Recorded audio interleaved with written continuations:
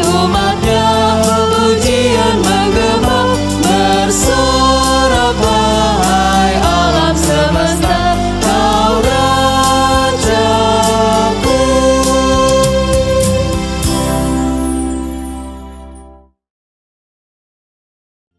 Mari kini kita menyediakan hati kita untuk mendengarkan sabda Allah.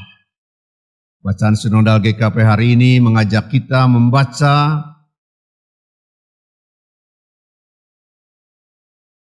kitab Ester pasal 7 ayat 1 sampai 10. Mari berdoa. Allah Bapa di surga yang baik, kebaikan-Mu lah yang memungkinkan kami sekalian berada di tempat ini dengan penuh kegembiraan, dengan penuh sukacita, dengan segala pengharapan. Kami berjumpa dengan saudara-saudara seiman di tempat ini untuk mengagungkan dan meninggikan nama-Mu ya Bapa. Terima kasih untuk kesempatan yang baik dan indah ini, di mana pada saat ini juga kami diperkenankan oleh-Mu Bapa, oleh anugerah-Mu atau karena anugerah-Mu ya Allah, untuk mendengarkan sabda-Mu. Urapi, berkati, curahi kami dengan Roh Kudus, supaya kami mendengar firman Tuhan dengan penuh syukur dan menyimpannya dalam hidup kami, mewarnai sisi-sisi kehidupan kami. Mari Bapa, kami telah sedia mendengar-Mu. Di dalam nama Tuhan Yesus Kristus. Amin. Ester 7, 1 sampai 10. Diberi judul oleh LAI, Haman diadukan oleh Ester dan dihukum mati. Datanglah raja dengan Haman untuk dijamu oleh Ester sang ratu. Pada hari yang kedua itu, sementara minum anggur, bertanyalah pula raja kepada Ester, apakah permintaanmu hai Ratu Ester? Niscaya akan dikabulkan. Dan apakah keinginanmu sampai setengah kerajaan sekalipun akan dipenuhi? Maka jawab Ester sang ratu, ya raja, jikalau hamba mendapat kasih raja dan jikalau baik pada pemandangan raja, karuniakanlah kiranya kepada hamba nyawa hamba atas permintaan hamba, dan bangsa hamba atas keinginan hamba. Karena kami, hamba serta bangsa hamba, telah terjual untuk dipunahkan, dibunuh dan dibinasakan. Jikalau seandainya kami hanya dijual sebagai budak laki-laki dan perempuan, niscaya hamba akan berdiam diri. Tetapi malapetaka ini tiada taranya di antara bencana yang menimpa raja.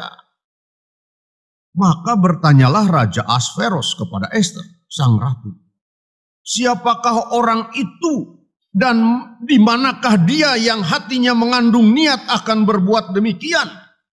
Lalu jawab Ester, penganiaya dan musuh itu ialah Haman, orang jahat ini. Maka Haman pun sangatlah ketakutan di hadapan raja dan ratu. Lalu bangkitlah raja dengan panas hatinya daripada minum anggur dan keluar ke taman istana. Akan tetapi Haman masih tinggal untuk memohon nyawanya kepada Ester sang ratu. Karena ia melihat bahwa telah putus niat raja untuk mendatangkan celaka kepadanya. Ketika raja kembali dari taman istana ke dalam ruang minum anggur, maka Haman berlutut pada katil tempat Ester berbaring. Maka titah raja, masih jugakah ia hendak menggagahi sang ratu di dalam istanaku sendiri?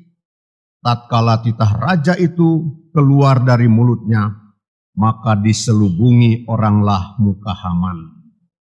Sembah Harbona, salah seorang sida-sida yang di hadapan raja, lagi pula tiang yang dibuat Haman untuk Mordekai, orang yang menyelamatkan raja dengan pemberitahuannya itu, telah berdiri di dekat rumah Haman, 50 hasta tingginya. Lalu titah raja, sulakan dia pada tiang itu. Kemudian Haman disulahkan pada tiang yang didirikannya untuk Mordekai. Maka surutlah panas hati raja. Berbahagialah orang yang mendengarkan firman Allah serta yang memeliharanya di dalam hidupnya. Pujilah Tuhan. Haleluya. Haleluya. Haleluya. Haleluya.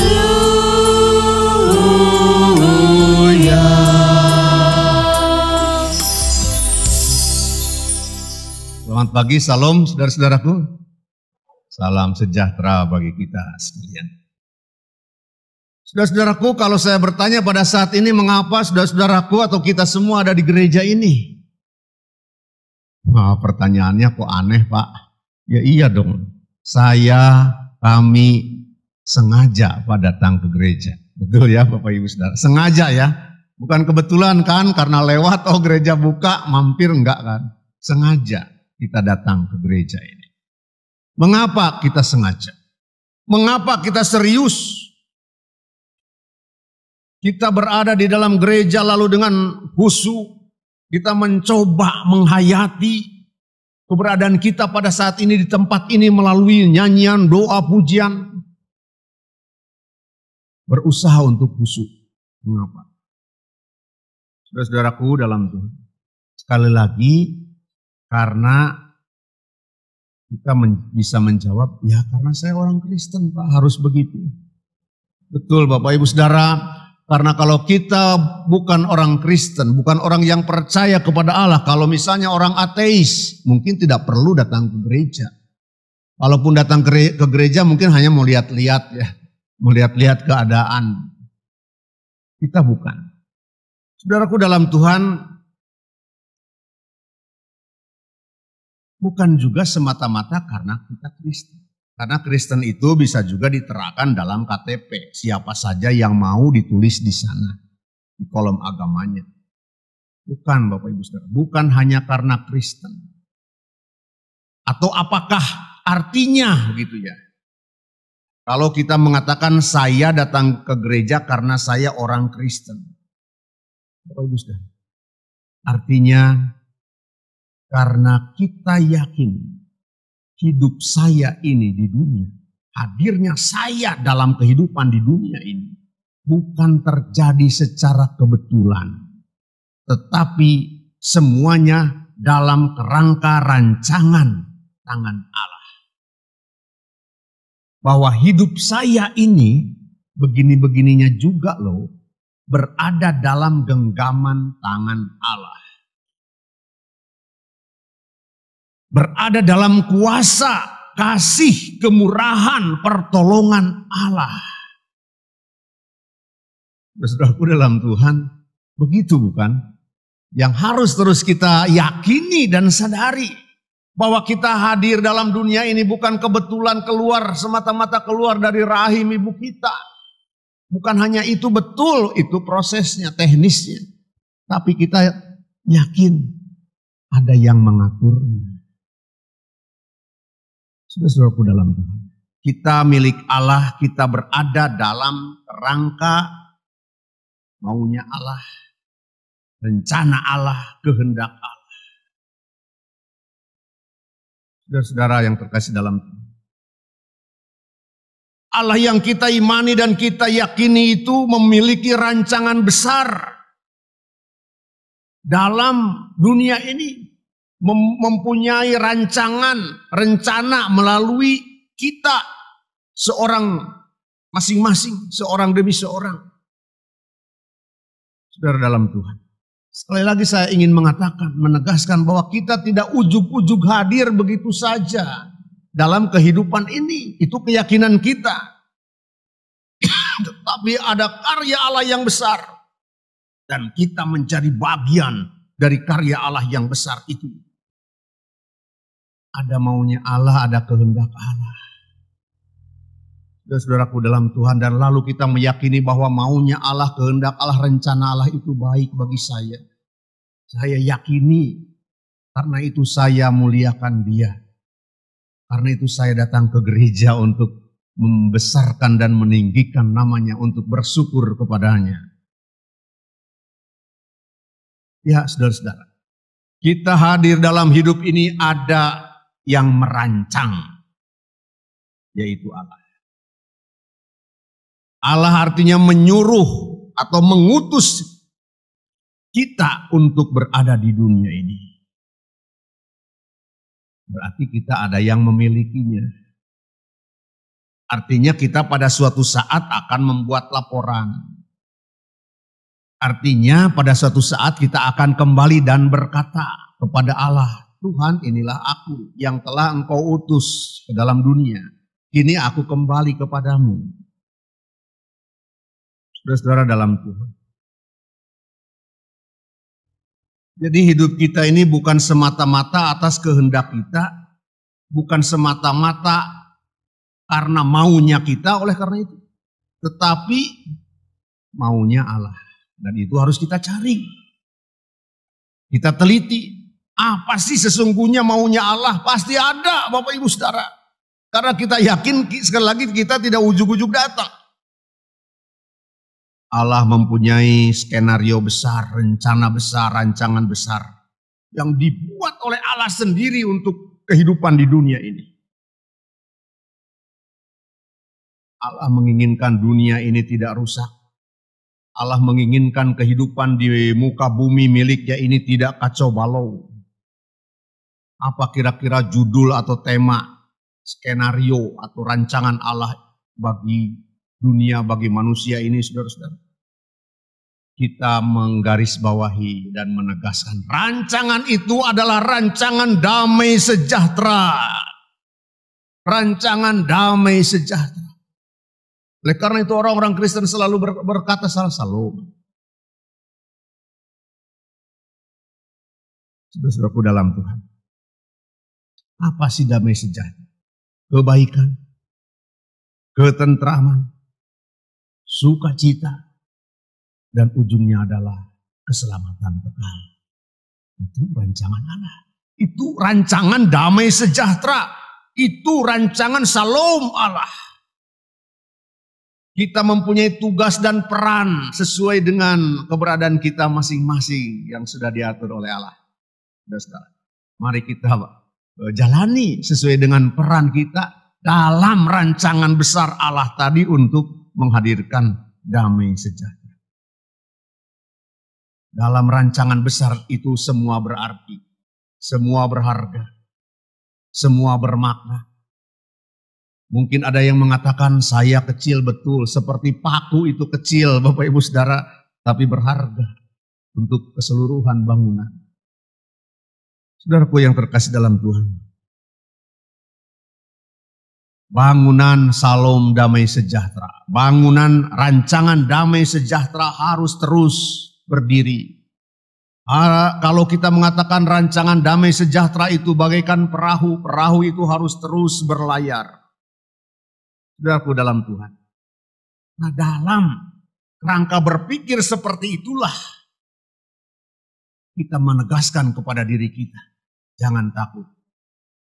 Menjalani peranmu. Walaupun engkau sebagai paku, engkau sebagai batu bata dalam bangunan itu. Engkau sebagai sebuah lampu. Jangan takut, jalani. Ada yang menjamin, yaitu Allah. Ada yang menjaga, yaitu Allah. Ada yang membimbing, yaitu Allah. Ia selalu siap mengarahkan, ia selalu siap membaharui, meluruskan dan menguatkan. Sehingga engkau dapat menjalani peranmu dalam rangka bangunan damai sejahtera itu dengan berhasil dan baik. Kita membaca pada saat ini tentang kitab Ester, Bapak Ibu Saudara. Saudaraku yang dikasihi Tuhan, siapakah Ester kita semua sudah tahu, sudah sering mendengar. Ester bagi orang-orang Israel sampai saat ini, cerita itu menjadi semacam cerita kepahlawanan yang sangat indah, yang sangat menarik, yang diceritakan turun-temurun, yang dibacakan di dalam setiap perayaan Purim di Israel sampai sekarang. Kisah Ester. Kisah kepahlawanan, epos kepahlawanan seorang wanita yang dengan karyanya menyelamatkan bangsa Yahudi dari genosid, dari pemusnahan. Waktu mereka semua berada atau ketika itu mereka semua berada di negeri Babel.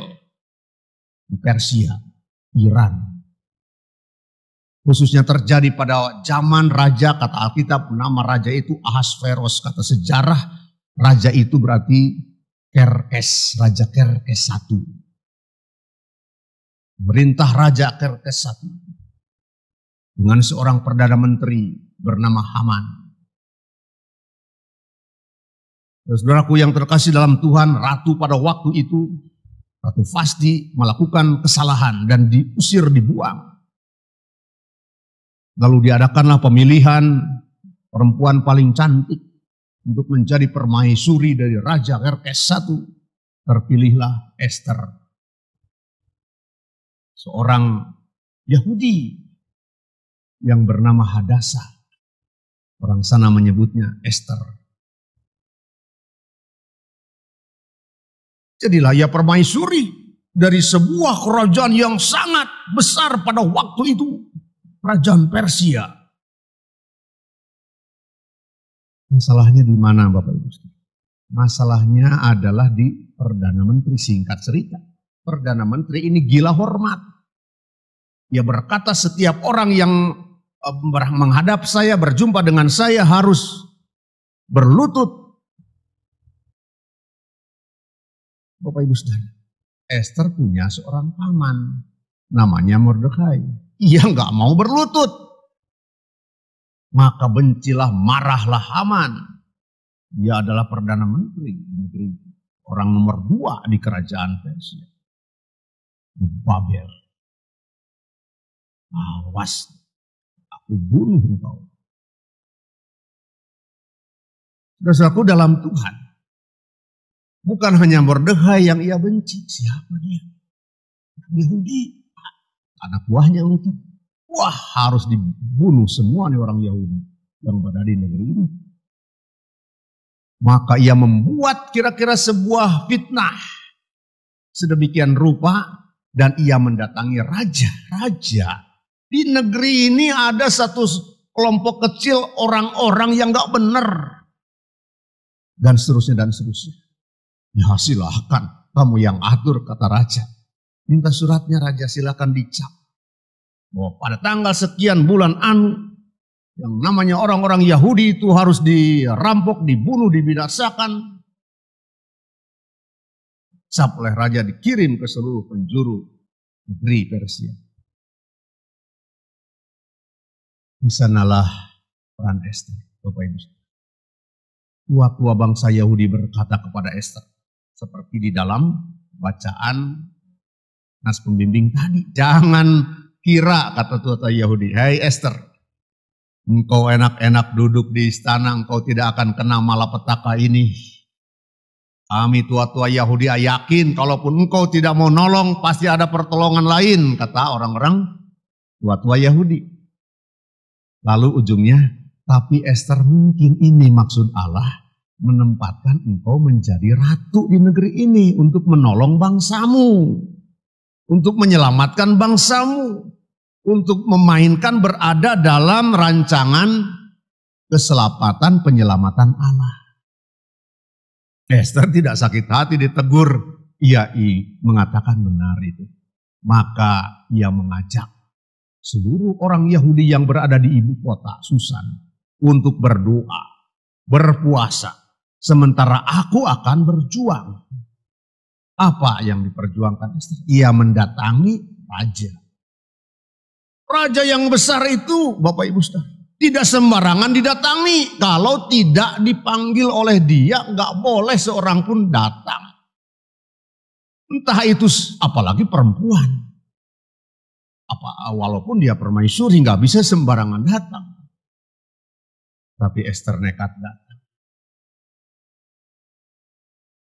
Dan mungkin karena kebaikan hatinya, ketulusannya, kesabarannya, raja mengulurkan tongkat. Gak apa-apa, mau apa Esther? Aku mengundang raja dan Haman di pesta kami, di Keputren, gitu kira-kira ya. Besok atau lusa. Oh baik Esther, baik sang ratu. Raja melanjutkan pesta. Bacaan kita tadi adalah ketika raja berada di pesta di keputren. Pasti ada maunya nih permaisuriku yang cantik, kata raja. Ya sudah minum anggur, sudah dijamu di istana putri. Bertanyalah raja, Ester, permaisuriku, adakah permintaan? Sampai setengah kerajaan pun kalau engkau minta aku kasih, kata raja. Bahasanya seperti itu. Enggak raja, aku enggak minta apa-apa. Hanya mengingatkan saja bahwa di negeri ini akan terjadi pemusnahan terhadap sebuah bangsa yang baik yang tidak bersalah.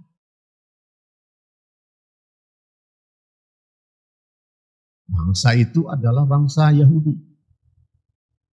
Nah, siapa itu?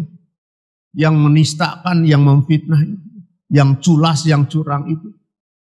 Ampun, raja.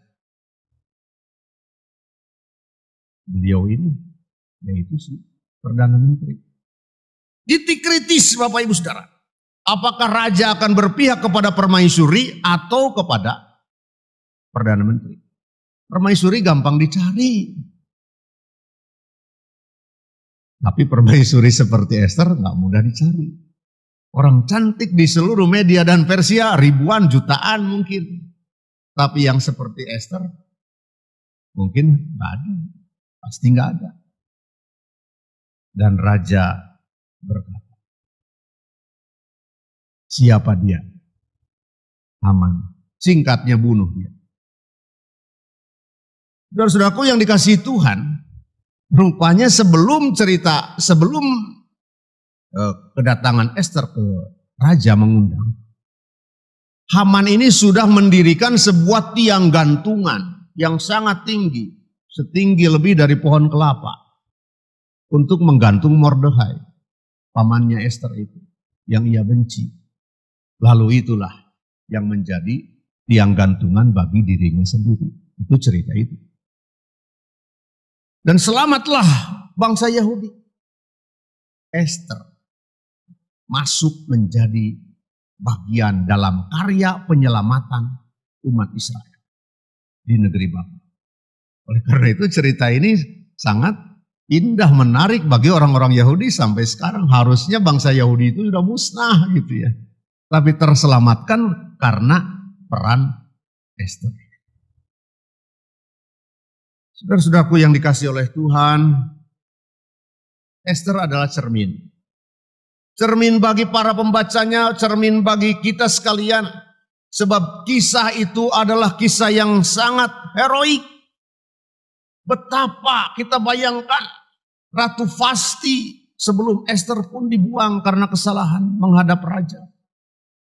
Ester berani datang, mempertaruhkan nyawanya, mempertaruhkan kepermaisuriannya. Saudaraku yang dikasihi Tuhan, ia mengambil resiko. Sedia mengambil resiko. Mudahnya ya duduk aja di istana. Enaknya kan seperti itu. Tapi tidak itu yang dilakukan. Maka ia ingin menjadi alat Allah. Ia tahu ada maksud Allah. Tidak ujuk-ujuk saya bisa menjadi permaisuri di negeri yang besar ini. Apalagi dia itu salah seorang dari bangsa budak yang sedang dibuang di sini. Pasti ada maunya Allah, ada rencana Allah, yaitu untuk menyelamatkan bangsanya itu. Saudaraku dalam Tuhan, Ester adalah cermin. Kita bertanya kepada diri kita sendiri di tengah-tengah kehidupan kita pada saat ini. Apa maunya Allah dengan menghadirkan saya dalam rancangan damai sejahtera itu? Pernahkah kita bertanya? Pernahkah kita berintrospeksi? Saudaraku, inginkah kita dipakai oleh Allah untuk juga menjadi bagian dari karya dan rancangan Allah yang besar? Saya kan bukan permaisuri, Pak. Iya, tapi engkau, hai istri, adalah permaisuri di rumahmu. Engkau adalah raja di rumahmu. Pada para suami. Artinya Bapak Ibu Saudara, ada banyak peran yang Tuhan percayakan kepada kita. Masalahnya Bapak Ibu Saudara, sediakah kita mengambil resiko?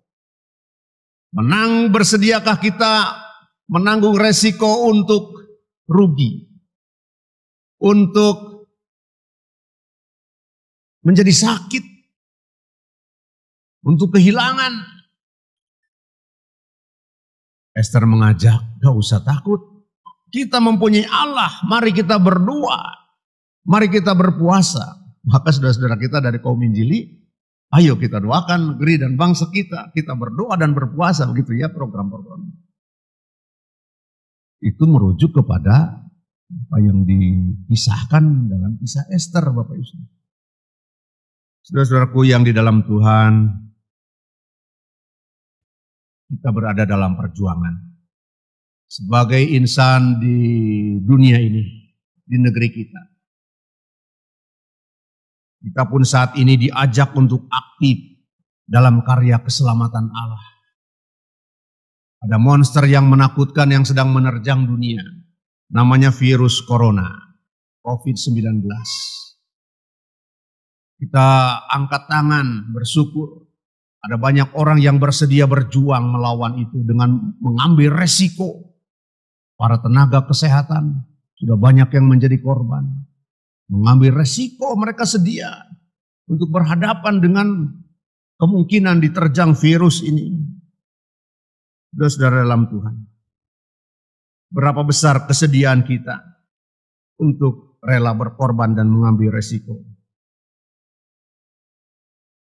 Kita dipanggil untuk bercermin pada Esther. Seberapa besar kesungguhan kita yang ada dalam diri kita. Para penjahat, para penjilat, para koruptor harus berkaca kepada Esther. Para pengkhianat bangsa, para pengkhianat kehidupan harus berkaca kepada Esther. Dan kita sebagai bagian dari keluarga, mari menimba semangat, mengambil teladan dari Esther, siapapun kita, untuk menopang kehidupan ini dalam rangka hadirnya Shalom Damai Sejahtera. Tuhan memberkati. Amin.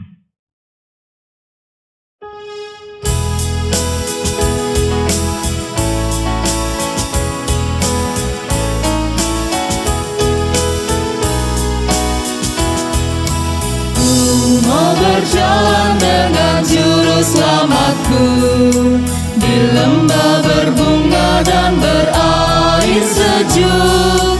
Ya kemana juga aku mau mengikutnya, sampai aku tiba di negeri Bapa.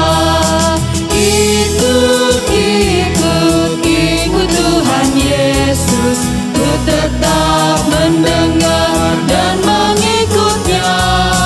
Ikut, ikut, ikut Tuhan Yesus, ya kemana juga ku mengikutnya.